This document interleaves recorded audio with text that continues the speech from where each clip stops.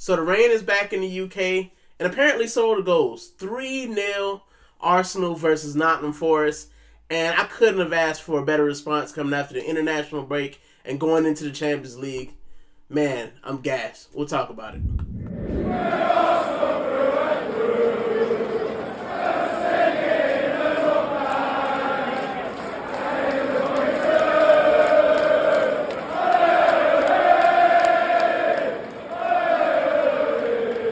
Hola, Theados. Welcome back to the channel. Welcome back to another Recon reaction. And yeah, we got the job done. You know, we got 3-0 win versus Nottingham Forest. We scored goals. We kept a clean sheet. We got out there relatively unscathed, even though we did have an injury. And it's on to Bilbao. But before that, let's talk about the match as a whole. I think from the eye test, we played a lot better. I saw a lot more kind of attacking. I saw a lot more freedom in the attack. And that's what I wanted to see from this team. You know, Mikel has, you know, over the last couple of years, we've had a very kind of implemented attack.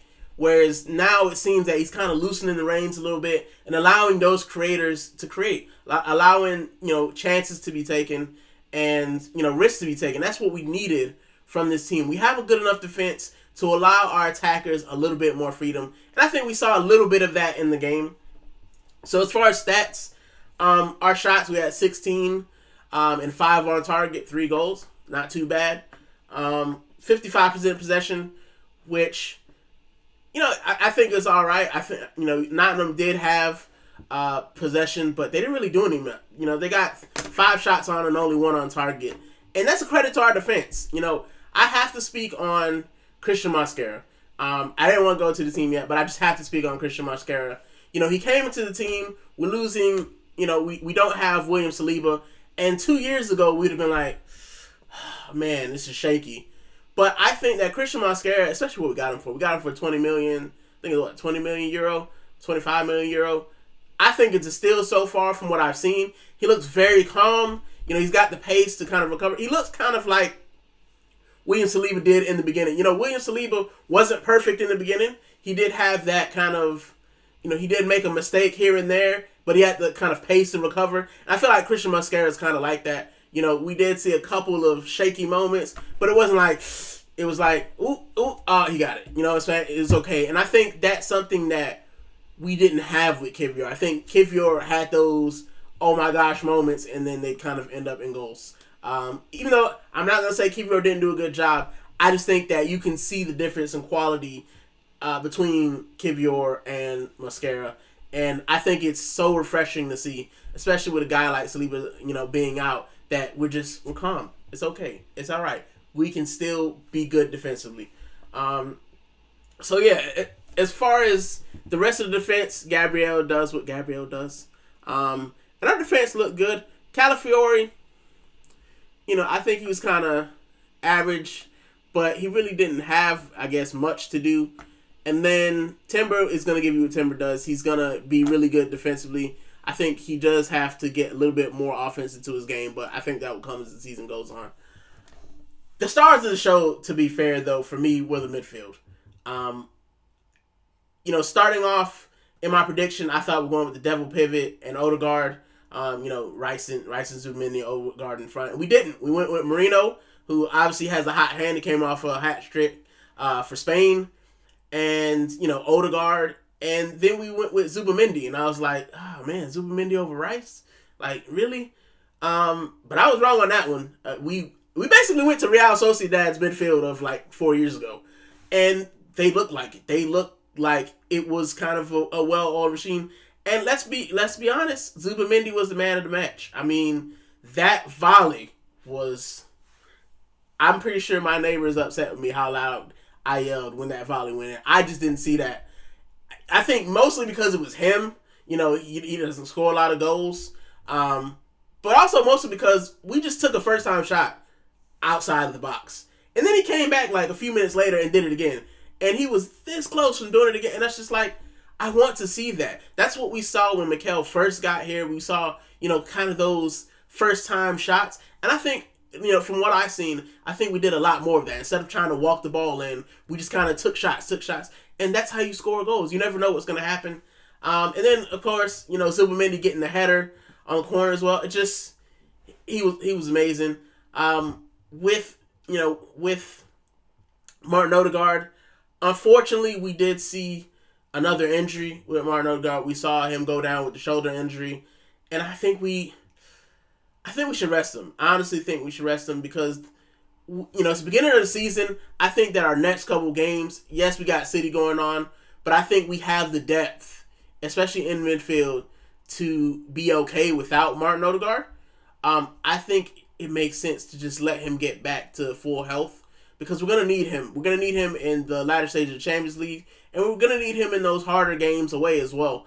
And he's a captain. He's the guy who everyone's looking up. And if he's out for a considerable amount of time, I think although a lot of us wouldn't pick him as our captain, the team sees him as a captain, the coach sees him as a captain, and having your captain out when you're in crunch time is a lot more difficult than having your captain out, in the earlier games. I think you can recover. So, yeah, I think that I would hope that we rest him and he gets back to full health because before he went off, I thought I saw the old Martin Odegaard, the Sociedad Martin Odegaard, the guy who was making magic happen, the guy we saw, Norway in the international break, not, the guy that we saw take 50 million touches, be dispossessed, and then, running to lead the press. Like, I thought I saw it, and then he got hurt, and that's not what you want to see, especially, a player that is as important to our team as Martin Odegaard.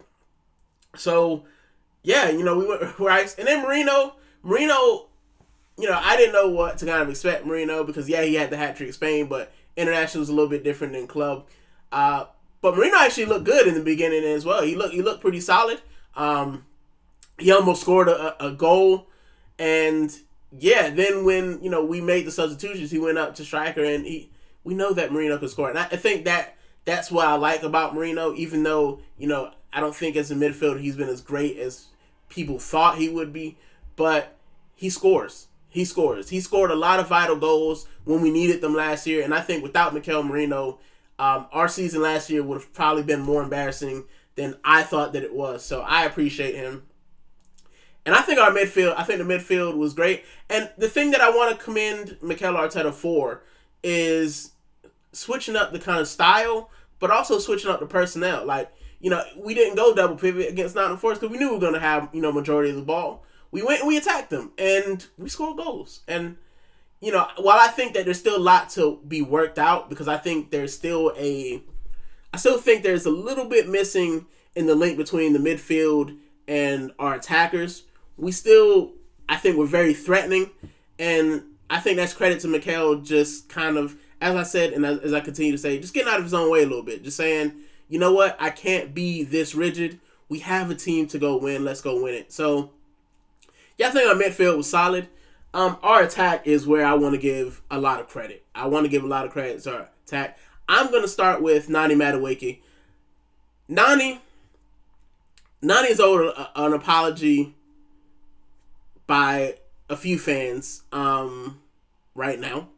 I think that a lot of fans thought he was going to be Raheem Sterling. I don't think he's that. Now, for me, and you can go back, you can look at my channel. I never thought Nani Madueke was a terrible signing. I just thought that I didn't want another Chelsea signing for 52 mil for somebody I thought was going to be average. So far, it looks that he's better than I thought he was going to be. I never thought he was a trash player. I never thought that, he was a flop. I just thought that 52 million for a guy who really didn't light up Chelsea that much was a lot. But so far, he's proving to be a great, especially missing Saka. Like, a couple years ago, Saka goes down and everybody's panicking. I don't think we miss Saka as much as we think. And the thing that I liked about Nani Madueke is he's not afraid to take a man on. Like, he's not afraid to just rent somebody. He did it a couple times, getting to the touchline and whipping balls. It's nice to see. It's nice to see us take a guy on and actually beat a man. We've seen, with Saka, and I say it, and I've got slated a lot, I think Saka had become predictable. He's going to run to the end, he's going to cut back inside, try to get a shot on, or he's going to try to pass the ball. Like, what Saka's going to do, and it made him a little bit more predictable. And I think Nani Madueke gives you something different. Because I saw a couple times, I'm like, oh, he's going to do Saka. Nope. Oh, he's taking the guy on. And even when he lost the ball, he tried it and he lost the ball. He recovered and he tried something. And I think that's what we needed on the wing.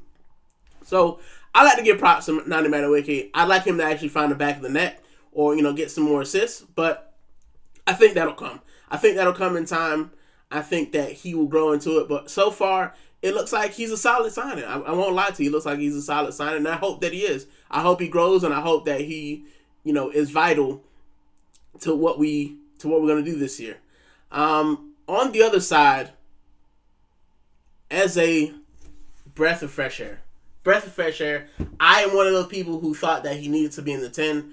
I didn't really know how it would be with him being on the wing. And the thing that I saw, he wasn't just primarily a touchline winger.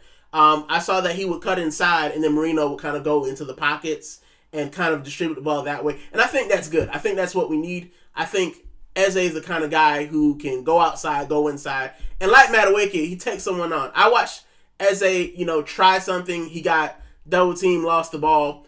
But it's fine. He's trying something. And then I watch him rinse a guy, get the ball in, and, get the ball to Gyökeres, goal scored. So that's what we needed. That's what I wanted to see. And that's kind of what I wanted to see from Martinelli, man. We haven't seen that from Martinelli in ages. And you could tell when he came off and Martinelli came on, it's different. There's a difference. And I don't know what's happened to Martinelli. I am still of the hope that Martinelli might come back. But to see Eze on the left wing just doing what he did, to see him, moving and facilitating and helping us get that attack going, it's so great to see. And I think Eze will have a big part to play as well. I think he will do amazing, and I can't wait till I actually go to the Armory and get his kit. To be honest, I am a sucker for kit, and that Eze 10, every time I see it, yeah, give it to me. Give me the shirt. I already got Gyökeres, so I just need Eze. And then I need MLS to, get the set out. Yeah, I'm mercenal this year. All right, they got me believing again. Speaking of Gyökeres, right? I want to talk about how the media in this country. So I'm in the UK. I want to talk about how the media in this country has been slaying our striker after 4 games. Well, it's 3 games at the time. After 3 games, the man scored 2 goals. And it's like, oh, is he fly? He's running in jeans. He's doing this. And then you look at someone like Benjamin Sesko for Man United, who they paid more money for him. Man ain't scored a goal. Like, Victor Gyökeres is the top scorer as of right now. It might change, but as of right now, the man's got 3 goals in 4 games. And people are talking like he's, 10 games in and hasn't scored. I don't get it. I don't understand it. And yes, he looks a little bit slow. He looks a little bit like he's not fully match fit, but the man's still scoring. Like, he scored a goal. He scored a second goal. So it's like, what is the media on? What are they talking about when they're saying like, oh, will he be like 3 goals in 4 matches? And we're watching guys that have been signed who haven't scored goals. I just don't get it. And I know it's because it's Arsenal. It's so easy to talk about Arsenal. It's so easy to criticize Arsenal. But come on. The guy's got 4 games in. He still is managing to score. And it's not like he's scoring pins. Yeah, he got to tap in, but he'll get there. No one said anything when some of these other strikers don't score for 4 or 5 games. I mean, Harry Kane used to not score in in August, September. Like, and no one said it. Like, oh, he'll get there. He'll get there. Hurricane's really good. But then it happens at Arsenal. Oh, this guy's running in jeans. Oh, he's trash. Like, stop it. He'll come good. I just need him to keep scoring. And that's what he's doing. He's scoring, and that's what I need him to do. Will he struggle a little bit? Yes. He's in a new team. He's in a new system. We're playing a different way. But come on, let's not act after 4 games like he's the worst striker we've ever seen. I'm not having that. Right, I'm not having it, especially when you look at Benjamin Sesko over there in Manchester, who couldn't hit a barn door. Stop it. But he scored again.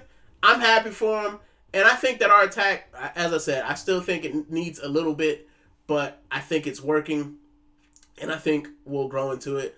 And I'm actually interested to see what we'll do when Saka comes back. You know, it says Saka is training again.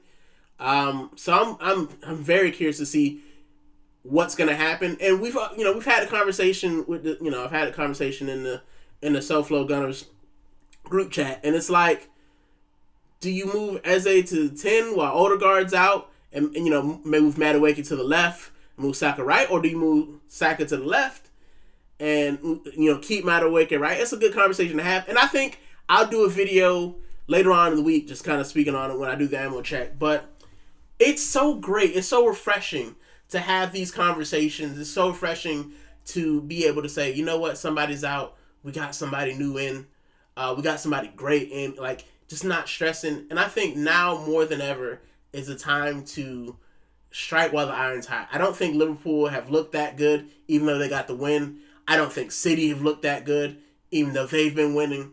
I think that we've looked the best, and I think we have to keep getting 3 points. Just keep getting 3 points. Keep getting 3 points. Those teams are going to slip up. They're bound to slip up. We're bound to slip up too. But if we can keep the slip-ups less than they can, then I think at the end of the match, you'll be seeing, at the end of the year, you'll see me here cheesing because we won something.